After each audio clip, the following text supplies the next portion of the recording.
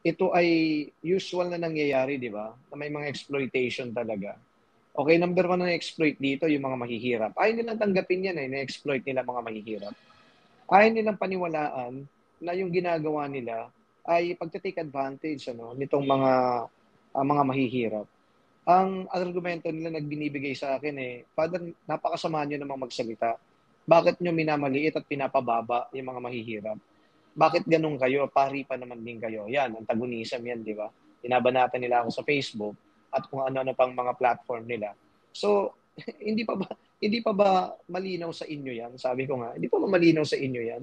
Na pinagsasamantalahan niyo yung pagiging mahirap nito, yung pangailangan nila, di umano binibigay ninyo. So, pangalawa, yung sinasabi mong EDSA spirit, ito yung ironical Ito yung mga tao na hindi noon naniniwala sa EDSA. Kasi unang-una nga, ang EDSA na to ay di umano ay equated o kaya identified sa mga dilawan. Etong kampo na to ngayon na nagrarally dito, ito yung mga ayaw sa ganung mga grupo na binanggit ko Yung pink, yung dilaw. Tapos ngayon sasabihin nila EDSA, magkaisa na tayo dito. O ngayon, Christian, bibigyan kita ng isang magandang information. Napag-alaman ko nang gustong-gusto talaga nilang pagdausan ng kanilang rally, di umano, ay yung doon sa tapat. Kapag dumaan ka ng EDSA at saka Ortigas, makikita mo yung may tapat doon, di ba? May stage kung saan noon ginawa yung swearing in or oath-taking ng Pangulo. Hindi ko na babanggitin kung sinong Pangulo. Gusto nila doon. Alam niyo kung bakit? Kitang-kita doon yung EDSA Symbolic sa kanila to.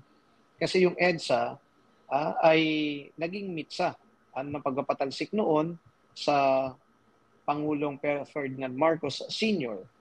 Parang gusto nilang palabasin ngayon na dapat doon din tayo kasi symbolic nga. Pero hindi ako pumapayag. Tinututulan ko yan dahil yan nga, pag-i-exploit na naman yan ng kasaysayan. Kaya andi dito sila sa labas, nasa gitna sila ng Robinson's Gallery at saka ng EDSA Shrine.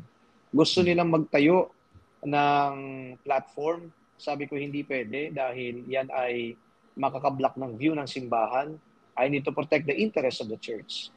So, yung binabanggit mo dito na antagonism, exploitation, ng EDSA spirit, pati ng mga mahihirap, nakukitang-kita yan ngayon.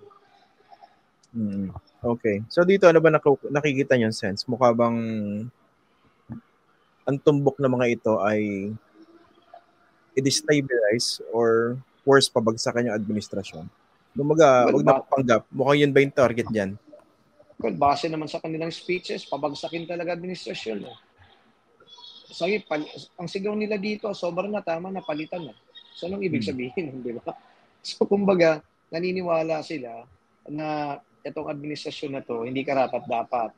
Ang mga allegations sila, dahil nga daw, yung ating Pangulo ay gumagamit ng pinagbabawal na gamot. So, doon pa lang daw ay hindi na dapat pagkatiwalaan.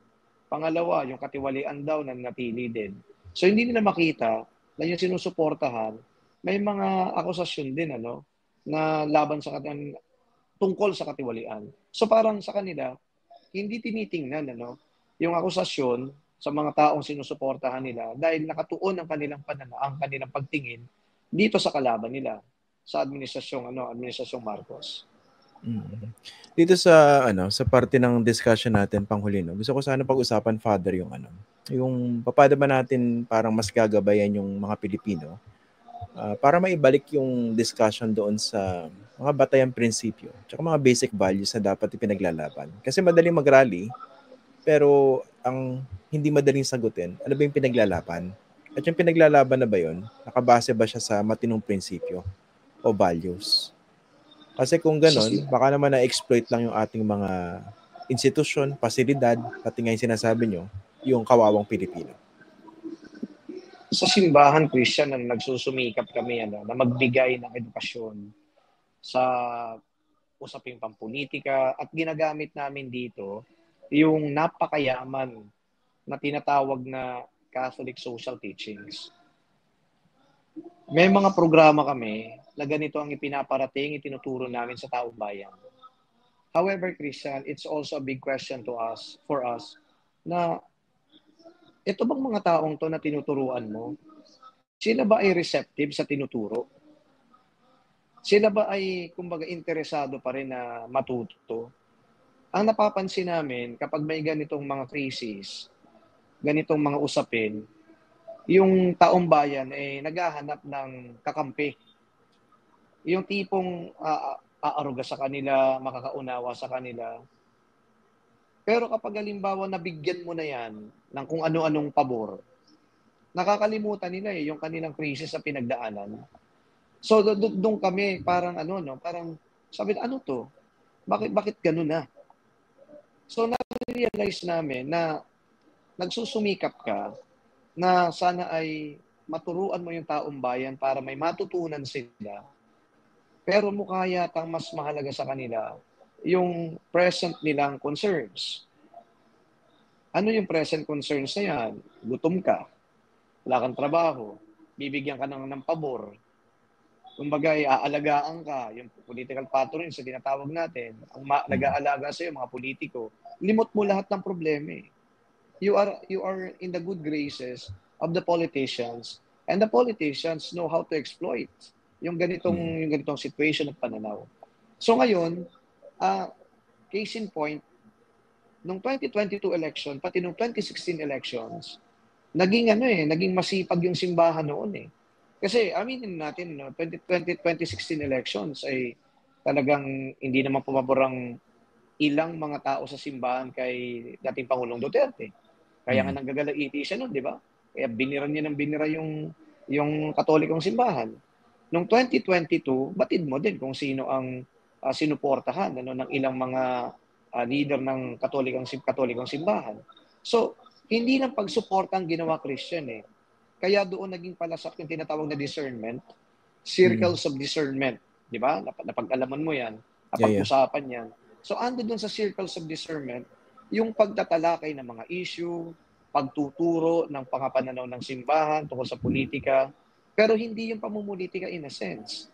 Ang nais lang namin, magbabayan nga yung taong bayan. Pero nung lumabas yung result, overwhelming . Di ba? So napakalayo nung agwat.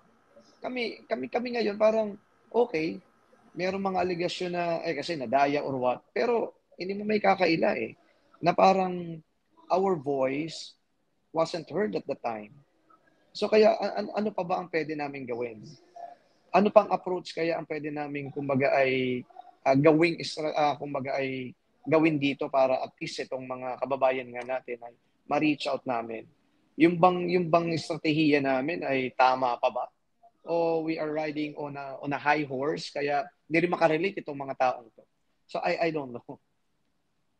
Well, we don't have to provide the answers now at honestly, natatanong din po sa akin yan pero napakahirap talagang sagutin and siguro wala talagang quick fix dyan. Pero in the meantime, siguro all of us would agree, hindi natin pwedeng sukuan yung problema. You have to remain hopeful at manalig sa Panginoon. Father Jerome, maraming salamat po for joining us. Alam ko, busy kayo. Ang dami yung problema. Nakadagdag pa yan. Pero maraming salamat po for joining us tonight dito po sa Facts First. Thank you din, Christian. Thank you.